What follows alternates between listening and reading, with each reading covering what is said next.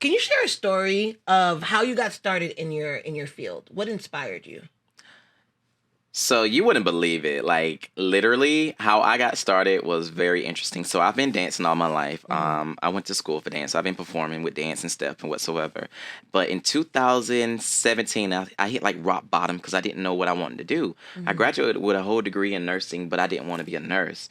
But I knew it was something else related to entertainment that I wanted to do, but I didn't know what other than dance. And I knew dance, you can make money, but it's kind of hit or miss, to be honest. Yeah.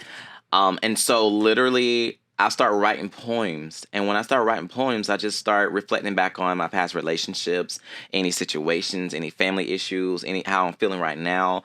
And I was just writing and I always had a rhyme. Always had a rhyme. And I did not know where that came from, but it felt good.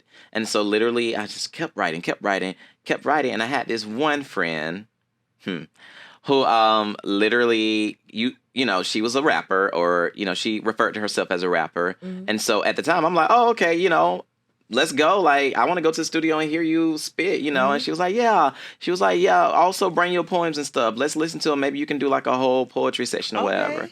And I'm thinking, oh, this is very interesting. I'm telling my story through poems and stuff or whatever. And I've always had the elderly people tell me, oh, son, your voice is very different. You need to be on the radio. You need to be on the choir or something. I'm like, you know, I didn't understand that. I just thought I had a deep bass voice. I didn't think much of it. But when I went to the studio with her, she recorded her hits or whatever. And I was looking, you know, at the time I didn't know anything about recording or music whatsoever.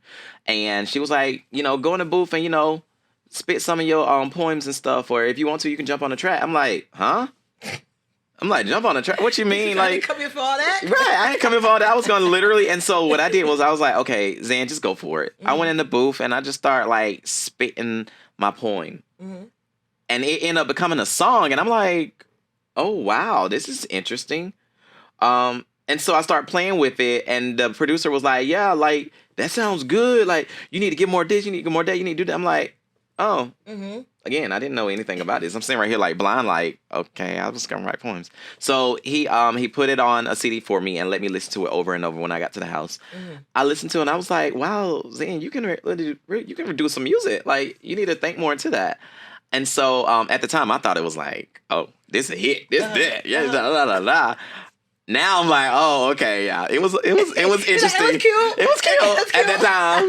At that time, you know, because I was rapping about ramen noodles and all this other stuff. I was like, what?